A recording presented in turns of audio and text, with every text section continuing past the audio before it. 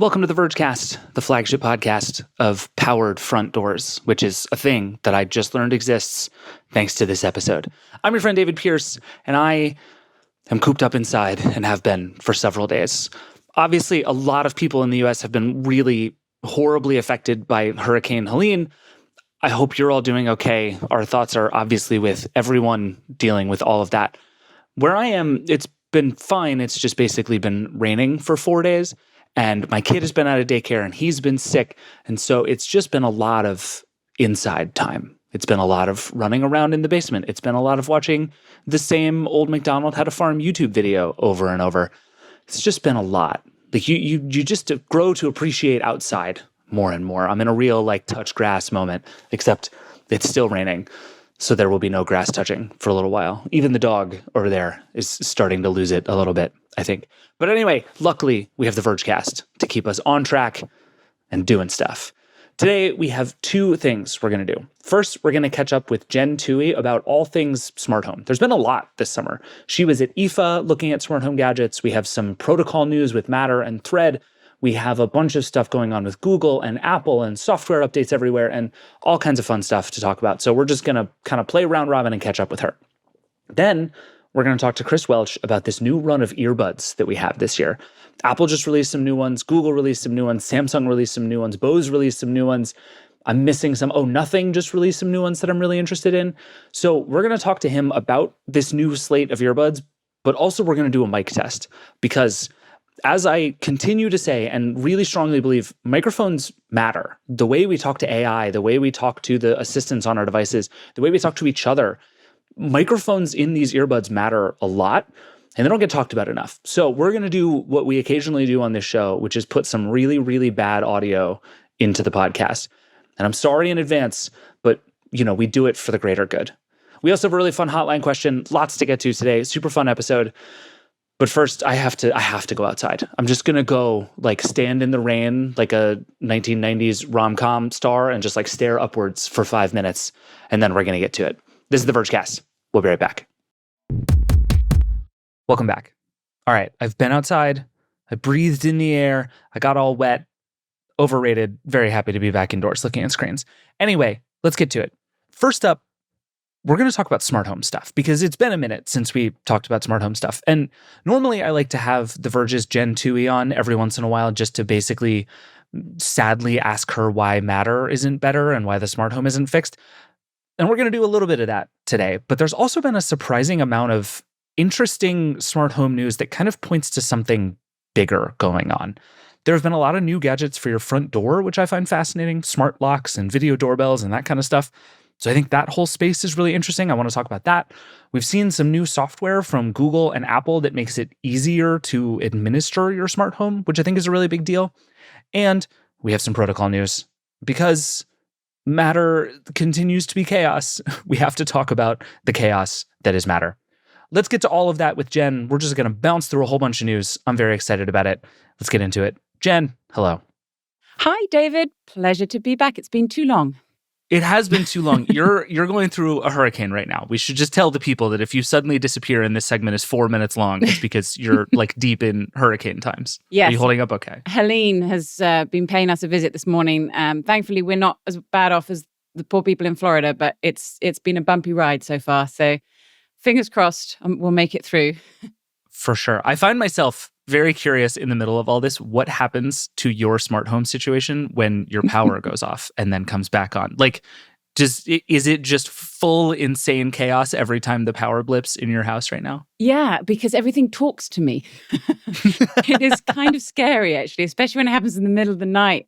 Because so many things will be connection restored or offline and voices from every corner of the house. Robots in particular, robot vacuums, cameras, security systems, it gets a little chaotic. And then obviously the notifications on my phone are like ding, ding, ding, ding, ding, ding, offline. You can turn those off, but because I obviously am testing these things, I always turn on all the notifications. And then I have, it gets a little crazy, especially cameras, because when they go offline, they send you alerts, and then when they come back online. So this morning, I was woken up numerous times throughout the night when the power went out. Thankfully, though, smart lights have managed to fix the problem where they all turn on automatically when the power comes back. And that used to be a terrible issue where, they would Sure. reset to default and like all the lights in your bedroom would turn on at 2 a.m. when the power came back on. That's no longer a problem, thankfully. That is really like the first act of a horror movie is all of that stuff happening. Or going crazy. Yeah. Well, I'm glad it seems to be settling. So I'm glad everything's okay. Yes, I'm doing good. We have some stuff to catch up on. We do. We have not done our Jen, why isn't matter solving all of my problems check-in in a while, so we're going to do that. But you mentioned right before we started recording that you're working on a smart lock thing. And I just want to start, I want to run a theory by you. And then I want you to tell me what you think, and then we're going to talk about some new stuff around it. Okay. I think you could make a pretty compelling case that your front door is the most interesting space in the smart home right now. Between what's going on with video doorbells, what's going on with smart locks, that stuff is like mainstream and very good and suddenly like super interesting in a way that I feel like everything else in the smart home is like kind of cool, kind of a mess. And it's like your front door is like where cool, interesting, good, smart stuff is happening right now. What do you think? Good theory, bad theory? No, I agree. I think the front door always has been a really key part because it's something that appeals to everyone. I mean, smart lights are really fun. Robot vacuums have large appeal, but, they are still niche. But the concept of easy access to your home, not worrying about losing keys, being able to let people in, unlock your door remotely, know who's at your front door. The front door is the gateway to your house, and having the capability to sort of remotely monitor it, always know what's going on, having control over the entrance to your home is something that everyone is interested in. Even people that live in apartments, there's smart entryways, because smart home quite often apartment dwellers sort of get left out a little bit, but not when it comes to smart locks and smart doorbells. There's lots of devices tailored to those types of living scenarios.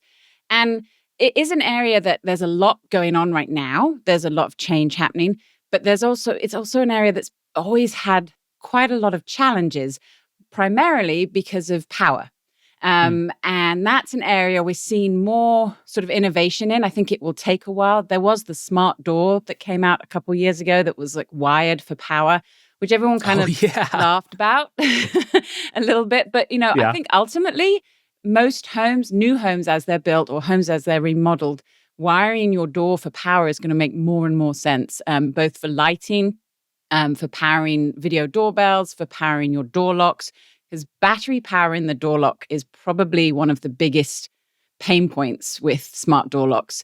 Most sort of ordinary people who decide to get a smart door lock, when they realize they have to start changing the batteries every 3 to 6 months, it's like, this is not smart. This is a pain, especially if it locks you out because, you've ignored the warnings after the 7th or 8th time that they've sent them to you.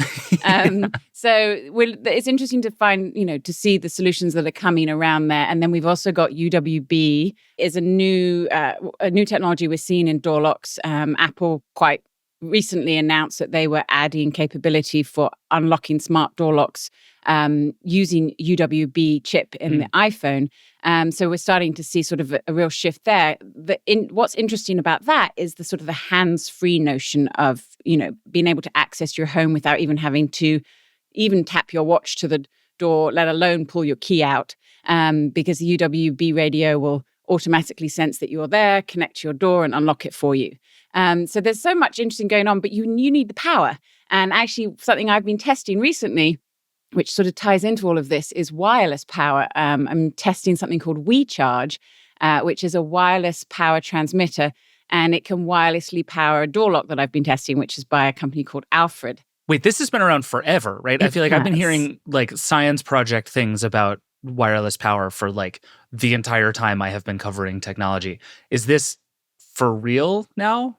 Like, is somebody actually going to ship this thing to me at some point? Yeah, well, you can buy this right now with this door lock. Okay. It's not sort of off the shelf. You kind of have to get in touch with the company and they can arrange for the installation. So it's a little laborious. But I was talking to the founder and he said they've actually developed a retrofit design so that you can just plug a little transmitter into power, put it on a shelf, and then plug a receiver into your power port of, say, your door locks. A lot of door locks have power ports, and then that can actually end up allowing you to wirelessly power your door. Now, wireless power, I think, is maybe not the solution ultimately to all of these issues. I think wired is always generally going to be more reliable, but it requires so much more effort for installation. So I feel like there's always maybe going to be a middle ground, especially for retrofit. You're going to, having the options to do something other than use. I mean, do you have a smart door lock? I don't. It's actually the one and only smart home device that I think my wife would allow me to install. But you haven't. So I'm gonna do it. It's just like I'm at the point where I'm procrastinating painting the thing. So I'm not sure I'm a good version of being ahead of things on home projects, but it's on the list. It's on the list. Well, and the battery is an issue. I mean, the August is a great smart lock, for example, but when you have to change the batteries every 2 to 3 months. That's too Some often. smart locks will go at least a year, and a year sounds great, but actually that's still a lot. I mean, it's like, do you remember to change your smoke alarm batteries every year? I remember when it beeps at me at 2:00 in the morning. That's when I remember to change the smoke alarm. Yeah. So, I mean, and that if we could have wireless power or wired for power built into our homes so that you can power your video doorbell, you can power your door lock, you can power some lighting around your door, maybe even your security panel. I can see sort of a much easier transition to these types of devices rather than having to constantly mess with them and recharge or put new batteries in. And so I go through so many batteries and I hate it. I'm like, this e-waste. Yeah. So it's an interesting space for sure. Too many of these devices also make that part really complicated, because I think the battery life thing is really interesting to me, because I think I've owned a home for 3 years now, and I'm still discovering all the things you're supposed to do on a routine basis. And I just I have furnace air filters, right? That I just am supposed to change every 3 months, and I more or less remember every 3 months. That's fine. It's every 3 months. It takes 30 seconds. It's fine. But I feel like the problem with way too many of these smart home gadgets is not just that you have to charge it or reinstall batteries or whatever. It's that process is annoying. And this has probably gotten a lot better with these gadgets over time, but it feels like you basically have to unmount the thing, charge the thing, reinstall the thing, reconnect the thing, which probably won't work the first. So there's all these little pieces that it's like, if I could just walk up to it with a AA battery, pull a thing down, stick the battery in and put it back on, I'm good. I will do that 3 times a year. Yeah. But that is not what the process is. That's generally not what the process is. No. And it feels like that to me is the solvable problem, that's right? true. Wireless power is a miracle of chemistry that I hope we accomplish sometime, but One just day. Make it easier to change the batteries. Yeah. That's true. That seems easier. That is true. There are some where you have to get a special tool, and it's no. Yeah, that's just silliness as far as I'm concerned. Yeah, but speaking of wireless power, I was just at IFA in Berlin, and they, the Wireless Power Consortium, have launched the first spec for key wireless power. That's wireless power for kitchen appliances. Now, not necessarily ovens and fridges, because you don't really need that, but for your countertop gadgets. So air fryers, microwaves, blenders, kettles, so that, it's basically induction power. You have induction coils underneath your counter, which can be retrofit.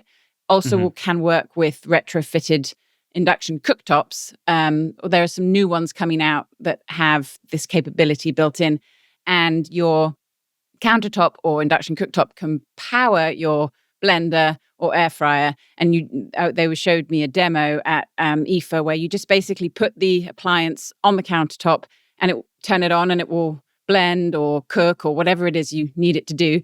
And power in the kitchen is a challenge. There's never enough outlets. The cord never goes far enough where you are trying to reach. I really do think the thing where everyone has 3 gadgets and 2 outlets is a completely universal experience of being a person in the world in a kitchen. I can picture in my head the Tetris I have to do every time I make coffee, just in order to have the grinder and the kettle and the milk frother, which is my favorite fancy gadget of all time. I have to I know which one is which by feel. I could do all that in the dark now, and it's ridiculous and bad because it's 3 things and 2 outlets. And if you can solve that problem for me, I'm in. I love this idea. You're a happy person, I know. Me too. I have the same issue, and I also recently redid my kitchen, and just still, even though I asked the electrician to put in as many outlets as he could. I still don't have enough outlets. And this, again, a lot of this feels very much in the future, but I can see a lot of benefit here, especially in the way that your new, obviously it does require all new appliances, but the way that they are manufactured, because they don't need cords, which means they don't need any open access to them. They don't have batteries in. It's not a battery charging. It's not like Qi charging, which powers the battery. This is just direct power transfer. So the device itself still kind of weighs the same. There's not a giant battery in there, but it's completely sealed. So the gentleman I was talking to, Aoife, was like, manufacturers can design, say, your blender so that you could just put the entire thing in the dishwasher because there's no open ports. And that also could reduce things like wear and tear, because quite often it's the power supply that goes first on a lot of these devices and these gadgets in your kitchen. They also said it's only 10% less efficient than wired power. So it's pretty good. Yeah. I think the future of no wires anywhere in our house is kind of an interesting one.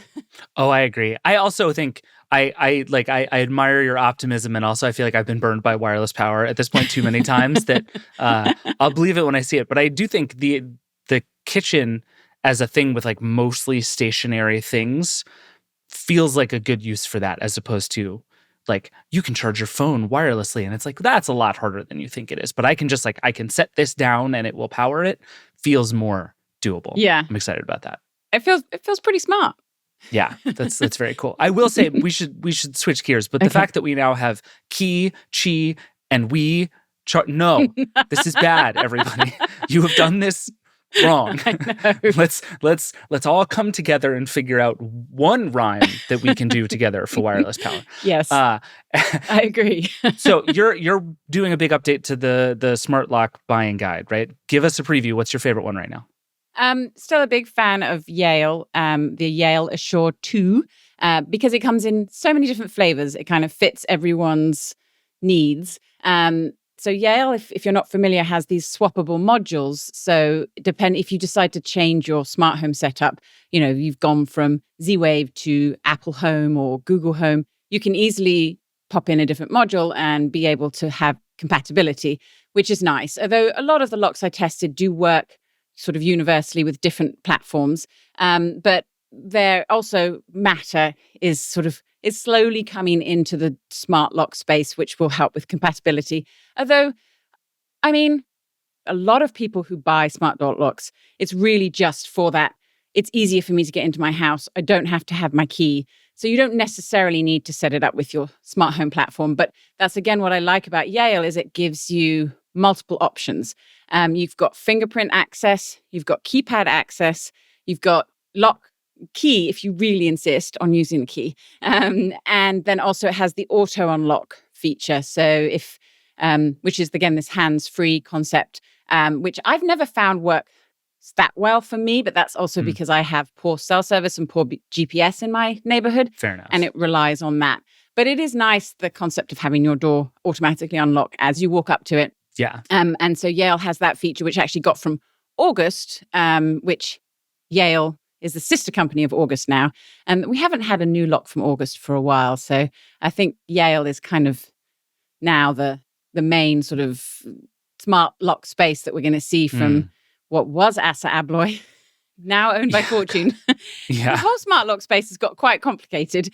But Yale has some really good stuff. They actually just released a new retrofit lock, which kind of replaces the original iconic August retrofit lock, which has been long been my number one pick for your best retrofit lock. And just to clarify what retrofit means, there are two types of smart locks. There's a full deadbolt replacement, which is what most of the Yale Assure 2 locks are. So that replaces your entire lock. So you're going to have a different lock on the front and on the back. A retrofit lock just replaces the back so that you still can use your regular key. And Yale's come out with a new retrofit lock called the Yale Approach, and you just replace the back portion to add smarts to your lock. And that's really helpful for people who are renting and can't swap out their lock. And also if you have a nice lock set and you don't want a kind of ugly looking smart lock on the front of your door, And Fair. they've come out with a good solution, and we're seeing this a lot now. And I've tested a lot of these for the new update to the buying guide. Keypads that go with retrofit locks so that you can still use a key code or a fingerprint to unlock the lock because that was always an issue with retrofit locks. You couldn't actually control it from the outside other than using a key or an app. And when you get to your front door, you don't want to have to pull out your phone to unlock your door. No, but then just pull out your key. It's actually simpler to have keys at that point. It's easier to pull out your key, right? Yeah. So the Yale approach comes with a keypad that has a fingerprint reader and a keypad built in, so you can use either of those options. And the nice thing about these keypads is you don't have to put them like on your door or next to your door. They have quite long range, so you can kind of have it tucked away and still have your front door look that's cool. like a normal front door. And I've seen there's a couple other companies. Akara has a new retrofit lock that I've been trying, and the Switchbot also has another one that all come with these Bluetooth keypads, which I think is really kind of a nice upgrade. And a lot of those also work with Apple HomeKey, which is new again in the retrofit space, being able to use HomeKey, which people that use it swear by it. They say it's the absolute favorite way of getting into a smart lock, because you can put your home key on your watch up to the lock, right? Or you can use your phone. Obviously, phone, again, not necessarily easier than key, but watch, quite easy. So, lots of great options in the lock space right now. We're seeing new smart locks come out almost daily. It's kind of a bit overwhelming. It really does seem like that. Well, and I think part of me thinks it's because of the thing you just mentioned a minute ago, is that these are not devices that have to like have a grand vision of how do they fit into an ecosystem and like tell you a big story about routines in your smart life. And like, you can build that stuff if you want, but this thing is just like, it makes it easier to get inside of your house, which is just like the single most mainstream home use case that anyone has. Everyone needs to get into their house. Yes. That is a thing that happens when you have a house of any kind. And so I think that stuff is very cool, because it's like in a sort of increasingly messy idea of how everything works together. That's one thing that just doesn't have to. It can completely do its job completely on its own. And I think as we get through this messy Matter phase, I can see why that would be very enticing to any company that wants to build this stuff. But let's talk about Matter. You mentioned where we are with some of the protocol stuff, and I think Google has made some big changes. Apple has made some big changes. It feels like we've had some good momentum on the how you control all of this stuff and how it all works together. But let's start with the protocol stuff. There was a big Threads update this summer. Thread. Don't put the S on the end, because that right. just confuses everyone, and everyone thinks I'm writing about Meta. Just the one thread. there was a big thread with a D at the end update this summer. There's been some ongoing Matter news. Catch us up. Where are we in the protocol world? Yeah. Well, okay. Just before we jump into those protocols, there is one protocol I should mention before we move on from smart locks. God, is it another wireless charging protocol? No. Where's the wireless power coming from this time? No. This is a Lero. So this is tied to Matter, but this is the new smart lock protocol. David's just put his head down. Someday you're going to come on the show and just make all of this stuff up, and I'm not going to know, and I'm going to feel very stupid at the end. But no, this ties into what we were just talking about and what we're about to talk about. So it's a good segue. But Alero is the new access control standard from the CSA, which is the organization behind Matter, the Connectivity Standards Alliance. And this is why we're seeing so much movement in the lock space, because it's actually going to help standardize the way we access smart locks, not just in our homes, but maybe even in like our businesses and apartments and everywhere. So we're waiting for the standard to actually be released. It's likely to involve UWB, which we've discussed, as well as NFC, which is the tap, which is what HomeKey uses. And we actually just saw our very first UWB supporting lock get released this last month, although it won't work with Alero. So it's like we're seeing a lot of So we're just doing this again. Yeah, we're seeing a lot of carts before horses at the moment. But it's an excitement in the space. And Apple is a huge part of developing the Alero standard, as are the big smartphone companies, because basically the idea here is that you'll be able to use your phone or watch to unlock any door, no matter which operating system you're using or which platform you're using. It's the universal access, just like Matter is the universal standard for the smart home. This is like a universal standard for the smart lock. which is kind of connecting you into the smart home. So it's separate from, but connected to. So this is a space we should be watching quite closely. I think we'll get a lot of movement around CES, especially since Apple announced that it's supporting UWB unlocking in Apple Home. So anyway, that was just to wrap up smart locks, and now into smart home. No, it's good. The answer, as I've always said, is let's invent more protocols. That's what I'm glad that we're continuing on the trend of more protocols. I know. But what it gives me something. It gives me stuff to write about. So. I know it's true. If everybody figures this out, we'll be out of jobs. Exactly. So this is for the best. But yeah, the talk to me about thread with a D and no S, thread. just the one single thread. Okay, so thread is, as I've written about in the past, is one of the two main wireless protocols for Matter.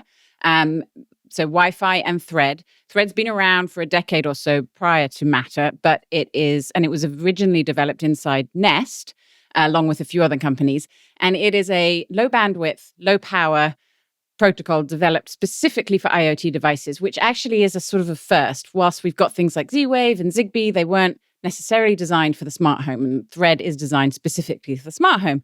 And so it was sort of relaunched with big fanfare when Matter launched a couple of years ago. I was like, this is going to solve all our problems. Because talking about battery life, this is something we've see throughout the smart home. Smart home devices constantly running out of battery, needing to be charged. Thread is low power, so supposedly especially things like smart door locks, should not need to be recharged or have their batteries replaced frequently if they use Thread. But we've been having a lot of issues with Thread since it kind of launched into the broader smart home space in the last year or two.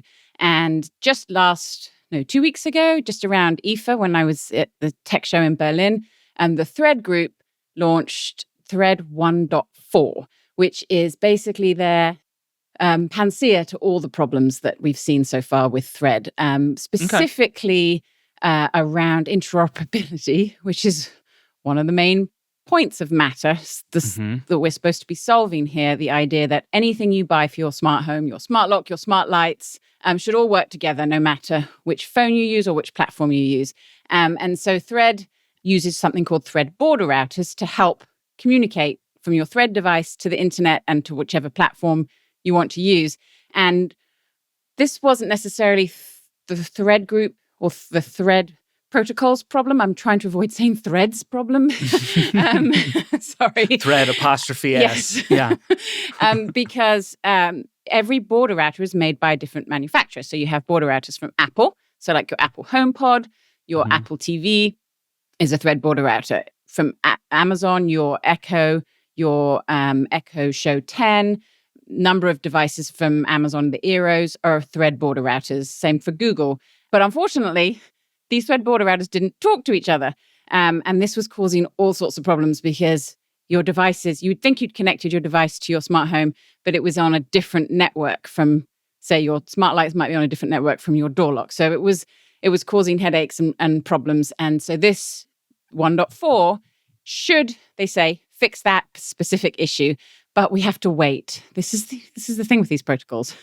They come along promising all these great solutions, and then it's all down to the manufacturers and the platforms to then implement them.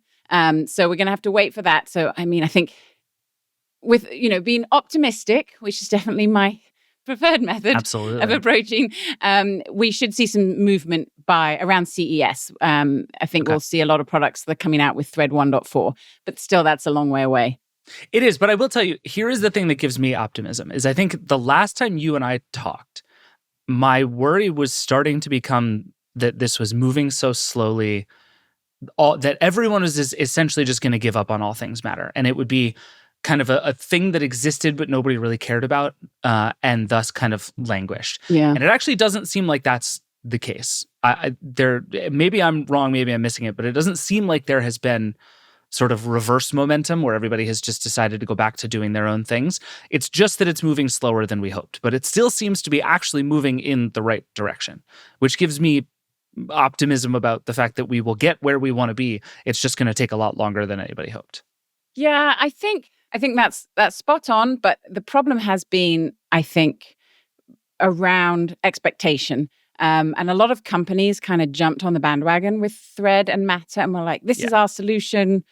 We're going to, make everything work with Thread and Matter and ship it to our customers, and it's going to be a great experience. And specifically companies like Nanoleaf and Eve, who are quite well known in the smart home space, but not broadly very well known. And they were sort of seeing this as their opportunity to become more sort of household names because their products can be so much easier to use. And they've really been burned by these protocols not working in the way that it was predicted or promised. And so we have seen a lot of companies kind of walk back from these protocols. At least Nanoleaf specifically created its own protocol. Another one. Oh, no, it did? Oh, no.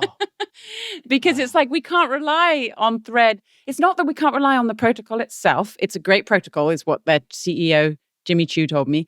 But it's the way it's implemented by the platforms. And this all comes back down to this interoperability issue. And this is something you and I have talked about a lot. The different manufacturers, the different platforms playing nicely together. Apple playing nicely with Amazon, Google playing nicely with Samsung. We all worried that could be the issue eventually. That they all got together to start with, but when they all going to start going their separate ways and causing issues. And that's where the Thread border router issue came from. But they've come back. They said they're going to work on it. They should hopefully be fixed.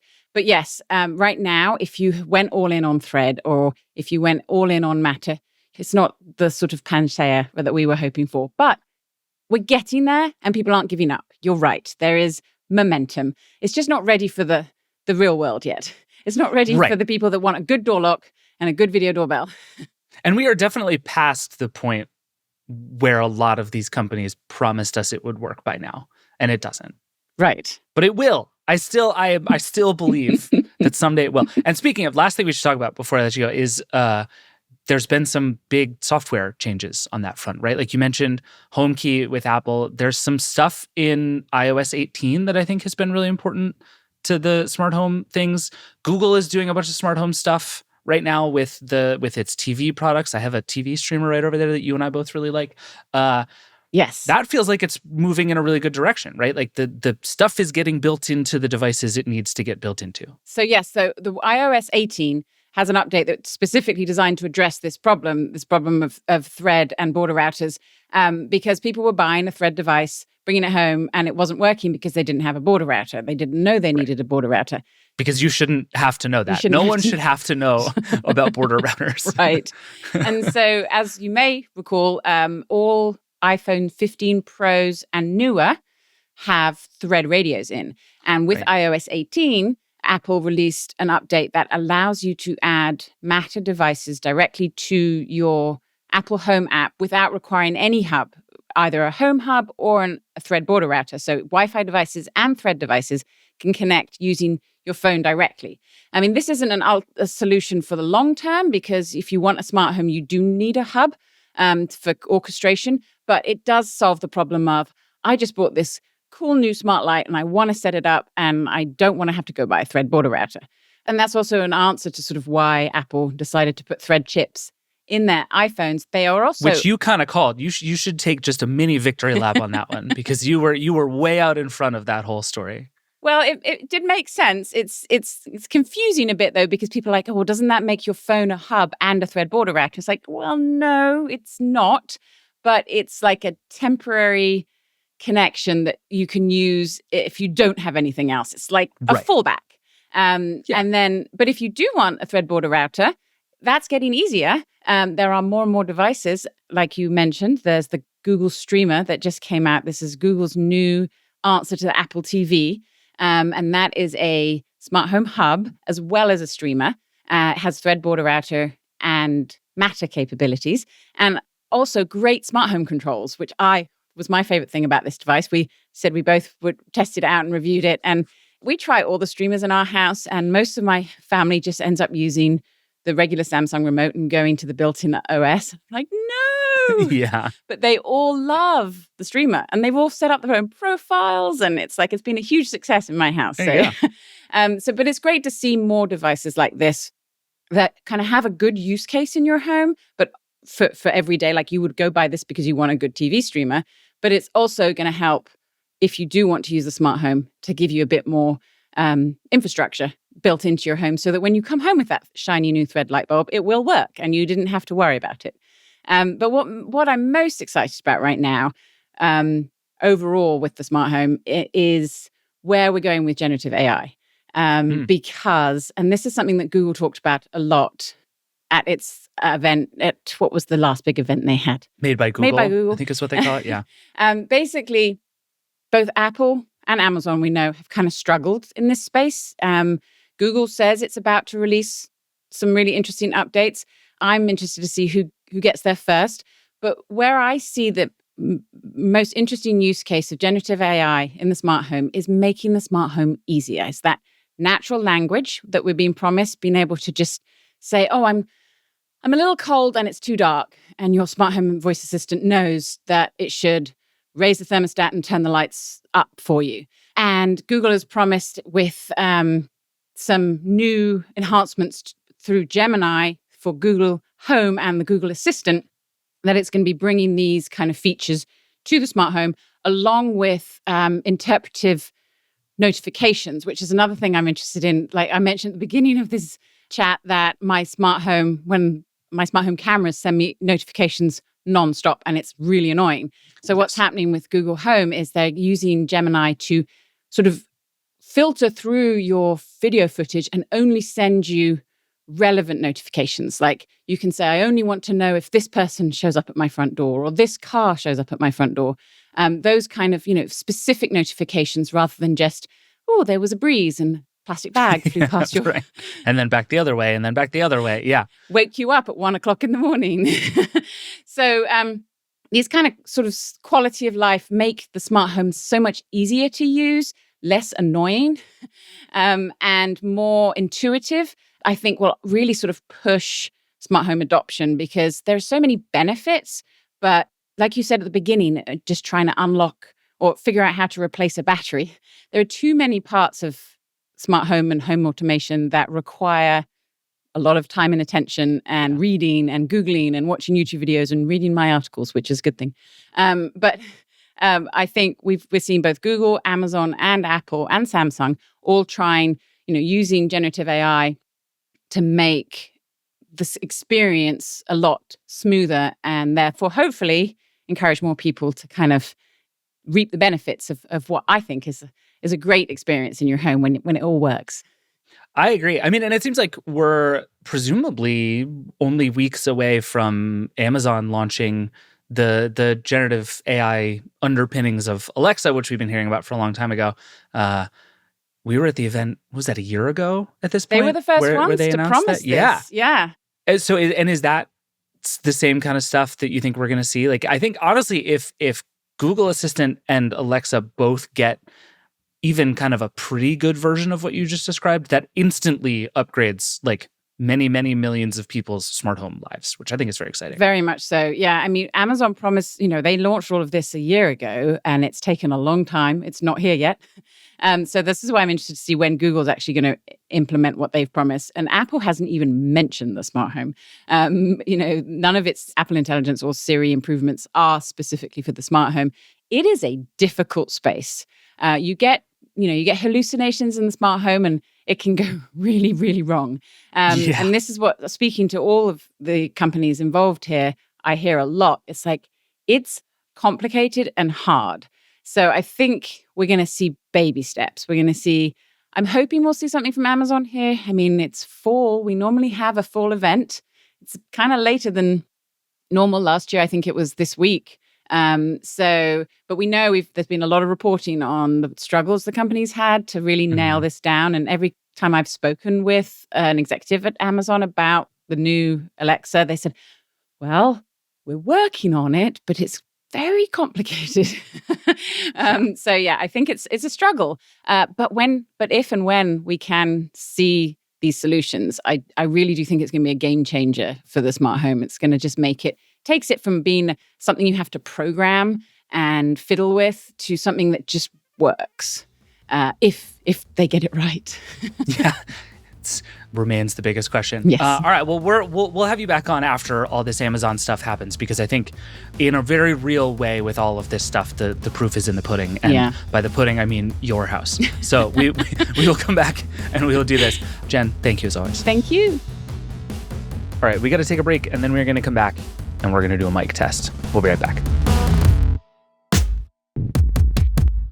Support for the Vergecast comes from Fundrise. Venture capital is widely seen as one of the most lucrative asset classes in the world. If you look at the S&P 500, you'll notice that just about every major tech company on that list was funded by venture capital firms, producing billions of dollars in profit in the process. But who cares though, right?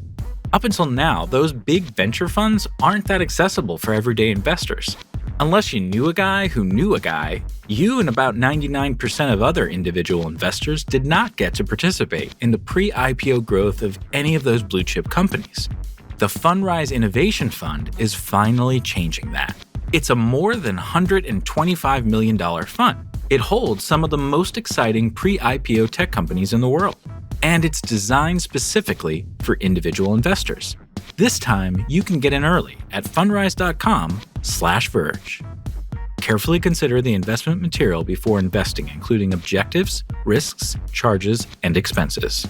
This and other information can be found in the Innovation Fund's prospectus at fundrise.com/innovation. This is a paid advertisement. Support for the Vergecast comes from ServiceNow.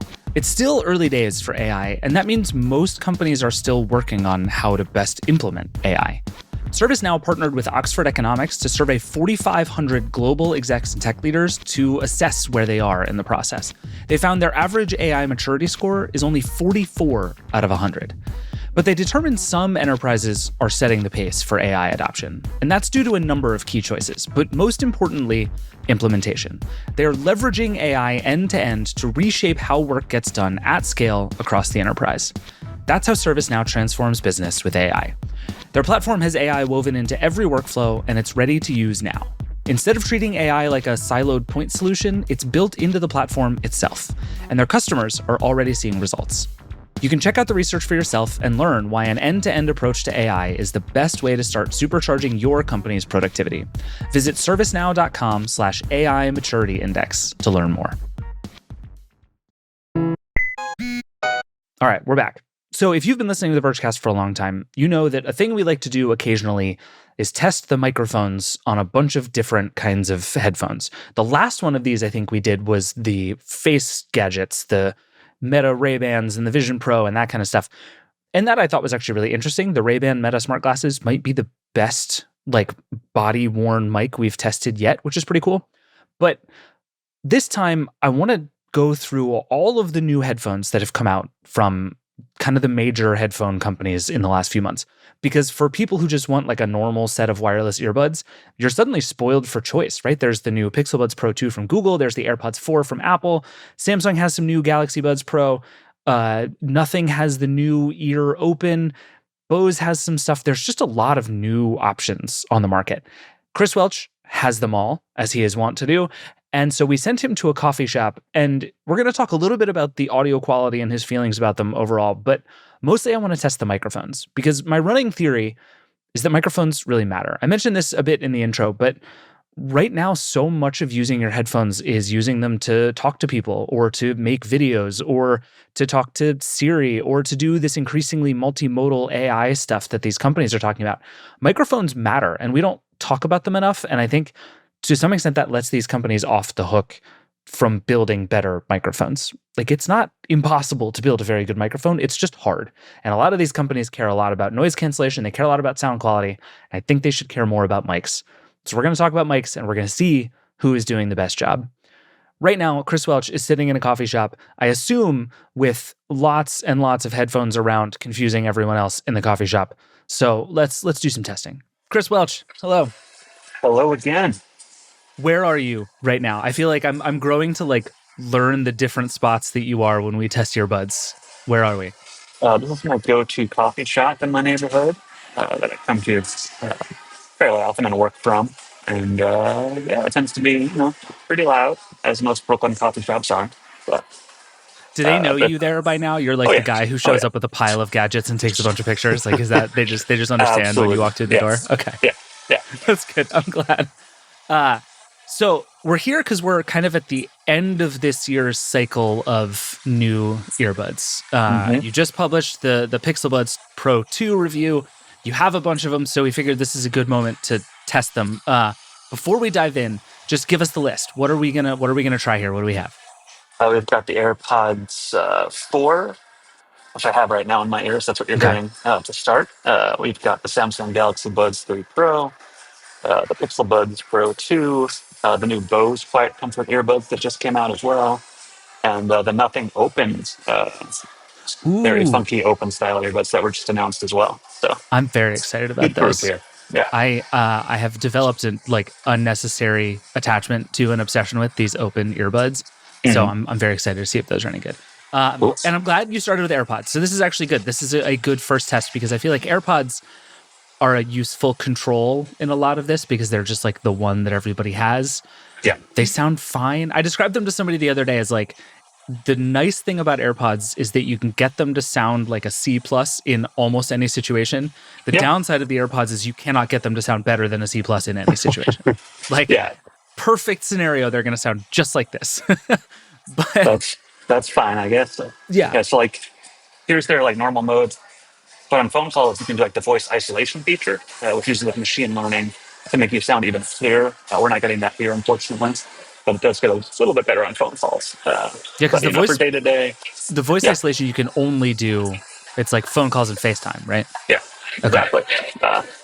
Not here, but they sound fine, which is all you really need. Like 90% of the time, if you just need if they chat somebody. They do the job. All right, well we've got enough of this. Let's switch to the next one. Let's do Google next. Google. I think that's a good. If I remember correctly, Google has outperformed my expectations several times on these tests over the last couple of years. So I'm curious about this one. Let's just do it first. See. Yeah. All right, let's do it. All right, let's do it. All right, hit me. We're back again. These are the new Pixel Buds Pro 2. They're smaller and lighter.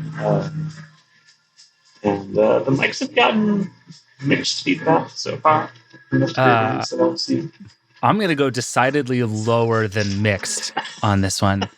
Really? That much of a difference from the AirPods even? Do you remember when we did a test on the ferry in New York and it was just blindingly obvious how hard some of them were working? Like even though they were kind of working and I could kind of hear you could hear how hard it was for them to get to that point. That's what I'm getting here too. It's like one of the interesting things that just happened was between recordings here, we just to let everybody in on how this works, we use this app called Riverside, and you have to stop and start recording every time you want to change devices. So we have to stop each time. So I get to hear like the natural audio coming out of your Mac. And there was music playing that I didn't really hear on the AirPods. There was more noise than I expected that I wasn't really hearing on the AirPods. I'm hearing all of that now. Interesting. There's like no cancellation whatsoever. Huh. Almost. I mean, there's some, and it's like it's coming and going. It's kind of like they're raising and lowering the volume as time goes on. And your voice sounds fine. It's like it's picking up more of everything. Okay. So I'm actually like your voice is a little richer than I was hearing through the iPod or through the AirPods. But so is the background noise. Not great. Yeah. But I guess that's the trade-off. I'm getting smaller and lighter. They're even further away from my mouth when I'm talking, obviously. So it's harder to kind of separate voice from background noise. But these also have like clear calling on phone calls, which again you can't do on like video chats, unfortunately. So like it should be a little bit better when you're actually talking to someone on the phone. But if you're in a coffee shop, this is what you're going to get. You know what this makes me think of? Do you ever do the thing where you're wearing noise canceling headphones, like over the ear noise canceling headphones, and you just kind of take them on and off your ears, and you can sort of hear it pulse the noise in and outside?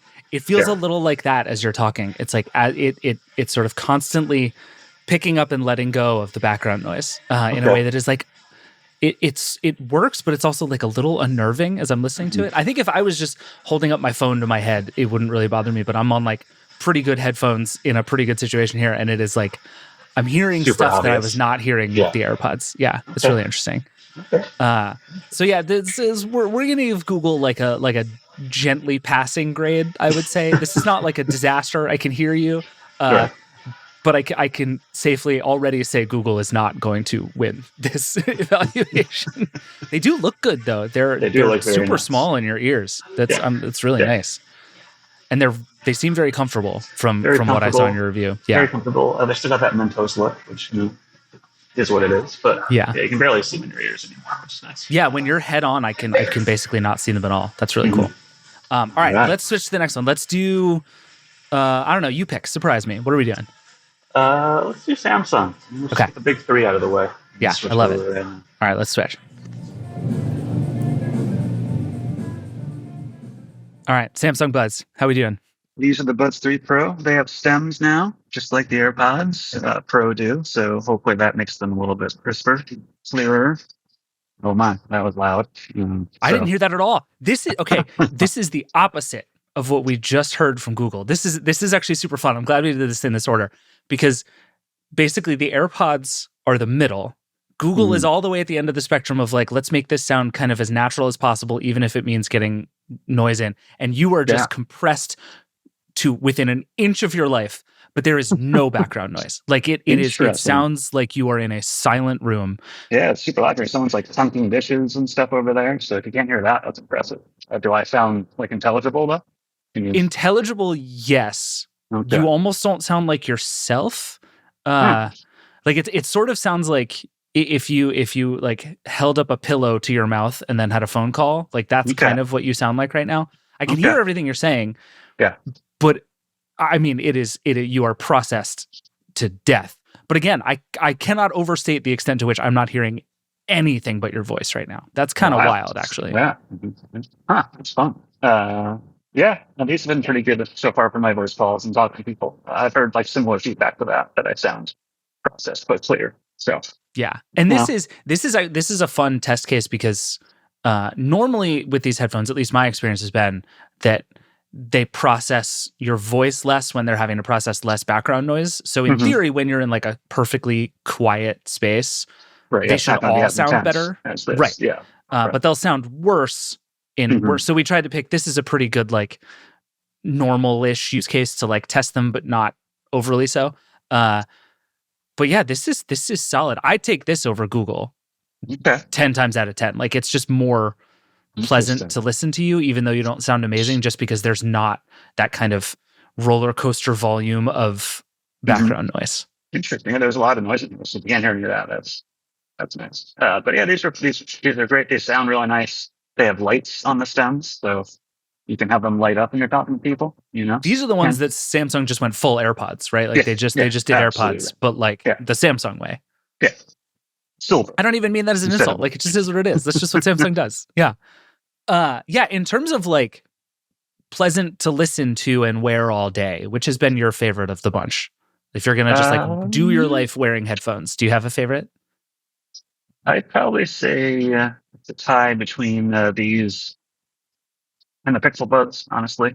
Those are newer, so I'm still just getting used to those. But these I've used a ton. And yeah, they feel like AirPods Pro. They're stable, they fit well, they sound really nice. They do all these little Samsung ecosystem tricks. So they're not super original, but at this point, they're all the same. So, yeah. But yeah. Okay. Yeah, I hear that you can hear me very clearly. I'm impressed. Yeah, like you sound very clear, but you don't sound very good. And if I have to make that trade, I'll make that trade. You know what I mean? Like I'd love to have it both ways, but I will pick this over the alternative. All right, let's switch. Let's do Bose next. You tell me. Next? Yeah, let's do it. All right, let's switch. All right, Bose time. How we doing? These are the brand new QuietComfort earbuds, second generation. You're already laughing. That's not a good Was sign. I just very loud in your ears just then? You look startled as I said something. Oh, okay. No, that was good. Okay, just making sure. Make sure I can hear you. Yeah. But these just came out this past week. And they have really good, super good noise cancellation. Most earbuds from Bose through smaller than version cost earbuds. They're cheaper, $179, same as the AirPods 4. These have tips, obviously, whereas the AirPods 4 do not. But so far I like these quite a bit. Okay, Thoughts on the sound? I don't want to be hyperbolic here. this is awful. Ooh, It's so awful. bad. This is the first time I can't understand some of the words that you're saying. Ooh, And interesting. again, I wonder if an experience I've had. So I have a pair of Bose's like over-ear QuietComforts, and the impression that I get every time I use them is kind of what I was saying before, that the mic it's never good, but it's fine when there's not a lot of noise. But Bose seems to so aggressively prioritize noise cancellation over audio quality that when you get into bad sound, it will just destroy everything else in the name of noise cancellation. So I'm guessing you're sitting there and it's like not very loud to you and it all sounds fine. Not so much. It's just ruining it. Pretty dire. Yeah. It's doing a decent job of suppressing the background noise. It's actually like it's better now than it was when we started, which is interesting. It's like it took the processing a minute to like figure it out, but it seems to have cut a bunch of the background noise. Okay. But you sound like trash. Sounds absolutely trash. Okay. It's really bad. Important meetings. That's good to know.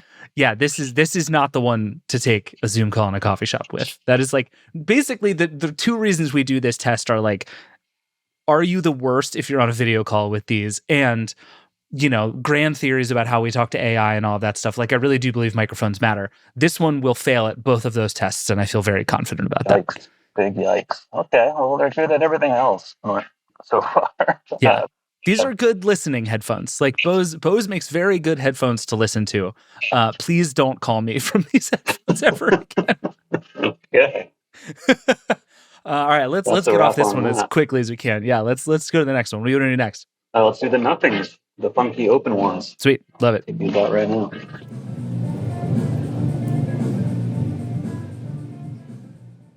All right, the nothing ear open. That's what they're called, right? How we do? It is. Yeah, these are the first call I've actually had on these. Period. So it's an honor. It's a learning experience for us both. I kind of like how those look in your ears. I have to say, they're a little more like deliberately space agey than anything else you've tried. They've got the sort of ear hook and slight. Yeah, they just look like you're wearing some kind of futuristic Star Trek-y headset, which is not the worst thing in the world. Some people love this for like bike riding and those kind of activities. I'm not an open earbuds guy, but I can see the appeal. Like I can hear everything in this room right now. That's just kind of absurd. So like you sound pretty quiet compared to like all this racket in the room. But how does the voice quality compare? Pretty solid, actually. I would put this kind of right in the AirPods range. I'm getting a little bit of the background noise. Like I can tell you're in a coffee shop, unlike the Samsungs where it was like truly just deathly quiet. It's clear you're somewhere, but I'm only catching kind of bits and pieces of the background noise. Like I can tell there's a woman talking somewhere near you, but I'm only catching like snippets, like syllables of it instead of like the whole conversation. And I can hear you pretty clearly, actually. I'm sort of impressed by these. See, I'm not sure where the mics are in this particular. Like, there's like a stem that runs down here, so who knows? But they're pretty funky. They're fun. They're interesting. But it's good to know if you're gonna make phone calls on your bike or wherever you might be wearing these. People will be able to understand you. I'm getting so many looks now at this coffee shop doing this call. Being that guy who I hate every day. So. Yeah, we'll only keep you a couple more minutes, I promise. Yeah. But I think the part of the reason I'm interested in these is like I hear from people all the time who are like, yeah, I'm trying to do more phone calls while I'm walking, right? It's just the like I work from home now. I sit in my basement all day and I'm trying to do more of that too. Just get out and it's like, oh, we're going to talk for a half hour. I'm going to just wander around the neighborhood for a half hour. Yeah. And that's one reason that open ear is useful. Like I think for this particular case in a coffee shop, open ear headphones are actually the wrong answer. So like for this purpose, you probably wouldn't use these, even though they sound okay. But for like general sort of day-to-day life, like it's the same reason I like the Ray-Ban Meta smart glasses, right? Like I can just sort of have a conversation into my sunglasses in a way that sort of works. And I feel like this is appealing to me for the same reason. And they sound pretty good. It's not the best one, but it's kind of right in that sweet spot middle with the AirPods that I'm sort of impressed with. Interesting. Okay. Good to know. Should I switch back to the AirPods for the conclusion, or let's switch back. Now that I've heard all of them, let's go back to the AirPods and we can pick a favorite here. Let's do it. All right.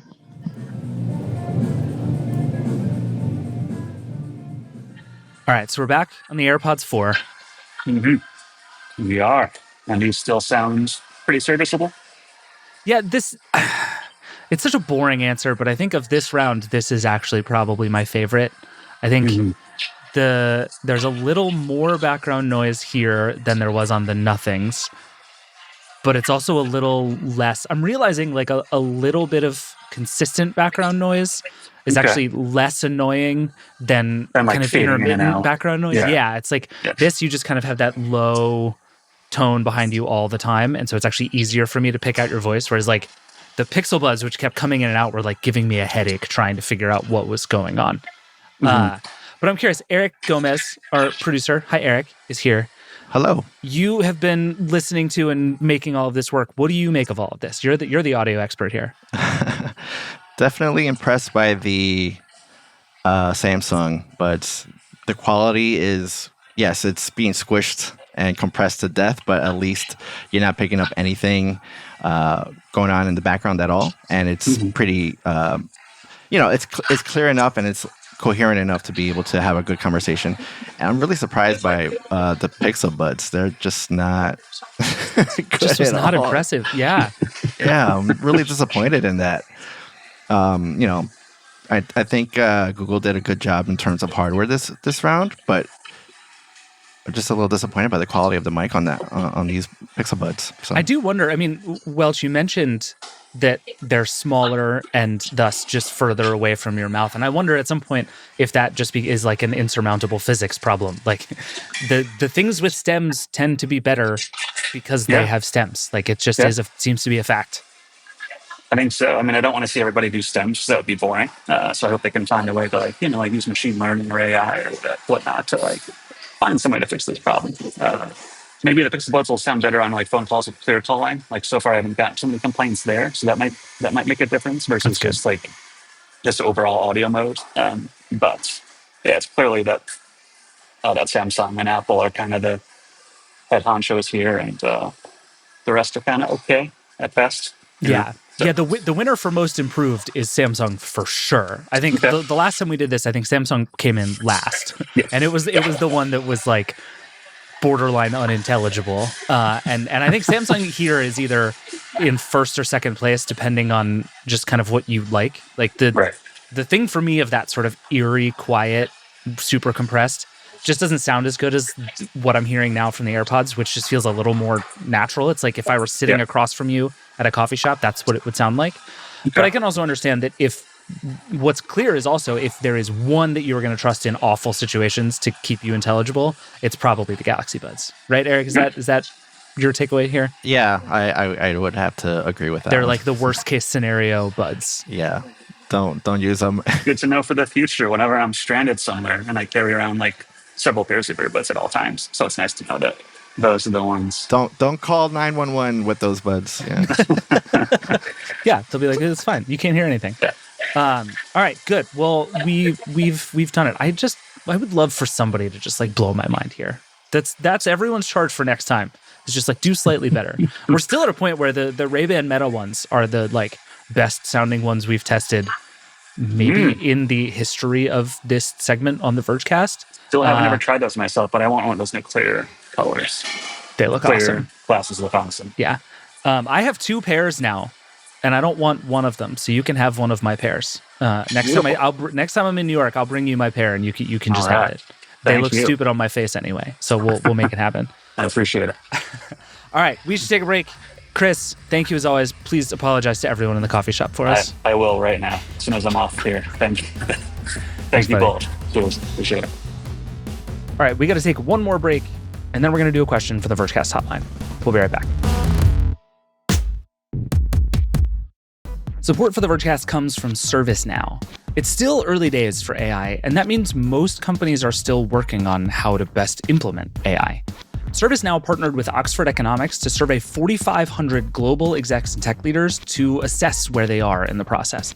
They found their average AI maturity score is only 44 out of 100.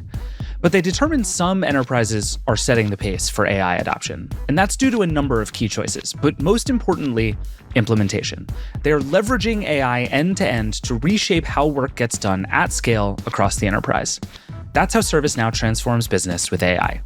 Their platform has AI woven into every workflow, and it's ready to use now.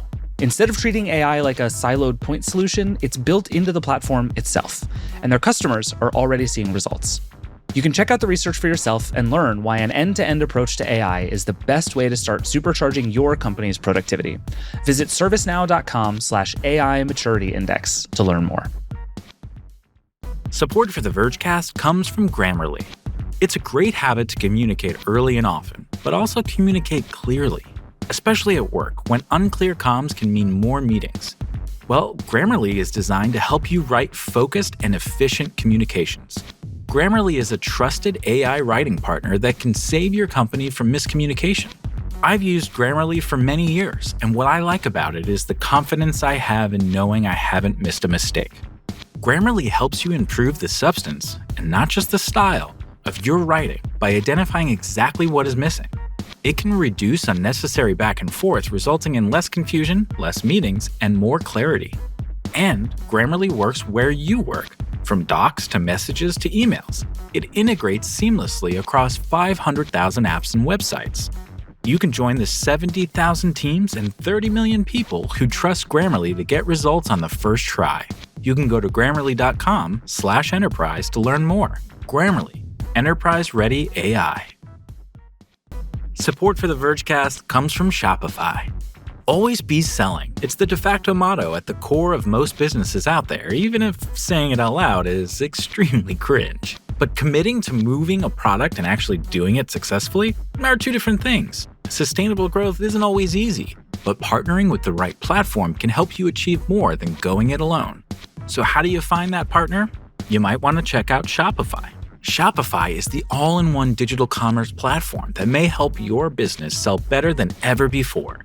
It doesn't matter if your customers spend their time scrolling through your feed or strolling past your physical storefront. Shopify may be able to help you convert those browsers into buyers and sell more over time.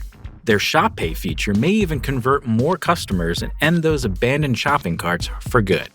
There's a reason companies like Allbirds turn to Shopify to sell more products to more customers. Businesses that sell more sell with Shopify. Want to upgrade your business and get the same checkout Allbirds uses? You can sign up for a $1 per month trial period at shopify.com/Vergecast. You can go to shopify.com/Vergecast to upgrade your selling today.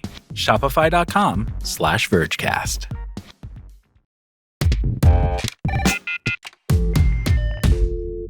All right, we're back. Let's get to the hotline. As always, the number is 866-VERGE11. The email is vergecast@theverge.com. You can hit me up personally on Threads or on Signal. We try to answer at least one hotline question on the show every week. And actually, I think we're due for like a full hotline episode. We've gotten a lot of fun stuff.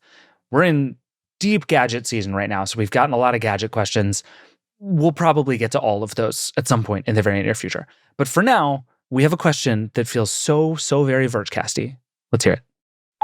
Hey, Vergecast. This is Jeff from North Carolina.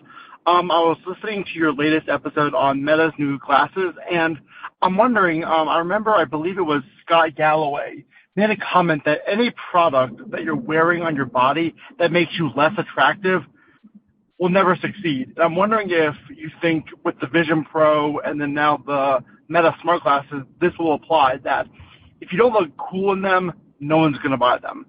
Love the show. Thanks very much. Bye. All right, there is only one person on Earth who can answer this question. The Scott Galloway of the Vergecast, I call him sometimes. Brutal. Nilay Patel's Why here. would you Hi, invite Nilay. me here to insult me to my face? Hey, buddy. This is my own show. I didn't even prepare you for this. You didn't even get to listen to this ahead of time. This was just, this is everything I wanted Hey, to would be. you like to walk into your own house and be slapped in the face? Amazing. So I love this question for two reasons. One, because I think it's a good question. And two, because it threatens the very core of Nilay Patel's theory of wearable bullshit, which is just, this just says, actually, it doesn't even matter if it doesn't make you look cool, it's out. So I want to know your thoughts on this particular take with these devices. Well, you will recall that the matrix of wearable bullshit has a minus 100 face penalty. Right. Which is basically what we're talking about here. Because you can put all kinds of stuff on your body that makes you look uncool, People wear fanny packs all day long. They're just walking around. They're not even wearing them on their fannies, from what I'm told. Yeah, they're slings now. Yeah, it's watches, incredibly subjective fashion choices. True. Clothing itself. Shoes, the way people talk about shoes in this world. All kinds of ideas about things you put on your body. It's really just, do you have it on your face that sets people aflame, right? That's the thing we're talking about here. Is it on your face? Is it in your way? And the matrix of wearable bullshit is fiddliness versus utility. And then there's just like this like big penalty for face somewhere in there that brings you way below the line. And then you have to offer vastly more utility to get back above the line so that people wear it every day. Regular glasses on your face. They take the penalty, but they're pretty useful to most people. So they come back up. And now we've, over decades, we've turned glasses into fashion accessories. Well, We've, okay, so made this choice. That's the thing that I keep thinking about this, because there's basically two ways to look at this. One is these things will never be cool, and the only way they're ever going to work is if we make them so phenomenally useful that it doesn't matter, right? And I feel like, I don't know, like wired headphones is probably a good example of that, right? Like, I don't know that a pair of earpods is like cool, but they're like simple and they're useful, and we all just kind of got over it, right?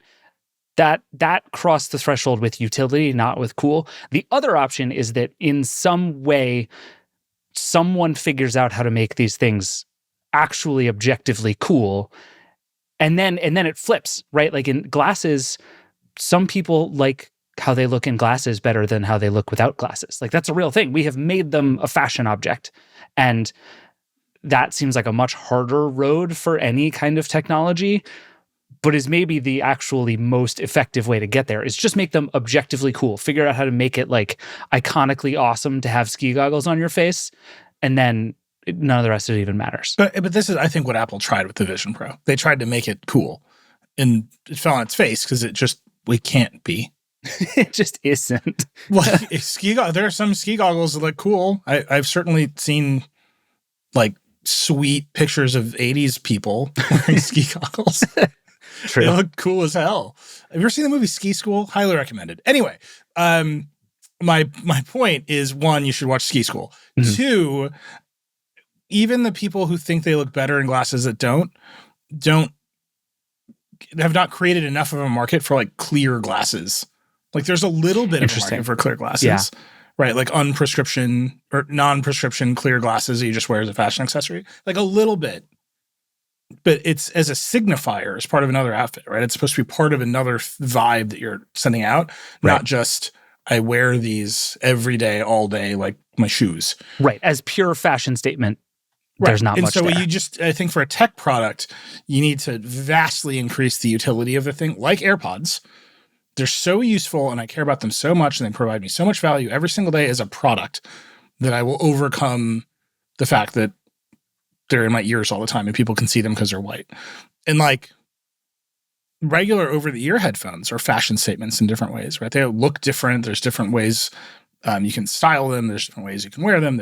Remember when Beats came out? The Beats were not the best sounding headphones. Like Jimmy Iovine and Dr. Dre had one idea for what headphones should sound like, and it was super bass heavy. Right. And they were a fashion statement at first because they came in all the colors. Like they were the first headphones to like really push that idea. Mm-hmm. And they were a phenomenon in their time just for that. I think with smart glasses, yep, you got to make the form factor smaller. Yep, they've got to be, they've got to look more like regular glasses. You've got to solve the battery. You've got to bring the fiddliness way down and the value way up. They got to be able to do more things. And then somewhere in there, you might overcome the penalty of it being on your face. But I still think that the core tenet holds, which is, if it's really, really useful, people will get over the fiddliness. And part of fiddliness is like, is this shit on my face? Right. And whether or not that you want to interpret that in the Galloway fashion of, does this make me more attractive? That it is up to you to decide if that is the type of utility you desire from a product. Fair. And I guess, to be fair, like Post Malone is out here being like, you know what?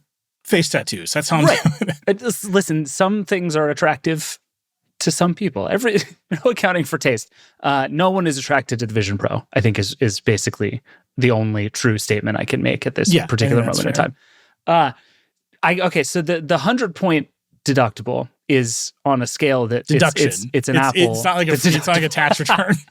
Right, I apologize. The 100-point deduction is like it's Apple chart crime. It's out of nothing. But what I wonder is have we not hit it enough? Like, should it be a 200-point deduction? Like, I am starting to think that this thing might be harder to surmount even than I had thought.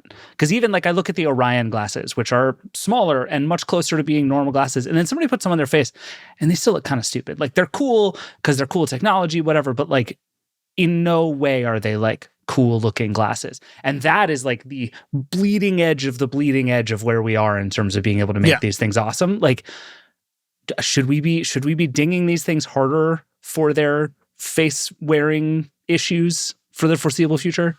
Well, I would say one of the most fiddly things about the Orion is that you need to work at Facebook and apparently have $10,000 in order to have one. Yeah. It's pretty fiddly. It's just very fiddly. Like, whether or not it's on your face, like, doesn't matter. Like, it's a product you can't buy. You need to grow crystal lenses in the basement of your underground Hawaiian lair, apparently, to have them. Very fiddly. Like, you're just in the hole, and then you're a little bit further in the hole. I think a better example is the Ray-Ban glasses that Meta is doing, where their utility is not that high, right? Like, they can take some photos, they can do some AI stuff. People actually like the photos. People like listening to music on them, but they're not very fiddly. That is true. They're just Ray-Bans that they're have a mostly computer glasses. Yeah. And so even they can overcome the face penalty because their fiddliness is so low. Right. And then you get whatever utility you get out of it. And they kind of just curve right back up to glasses. Maybe a little bit under regular glasses because they have a little more fiddliness to them. But I think they're just on the same curve as regular glasses, which also take the 100-point face fiddliness deduction. Right.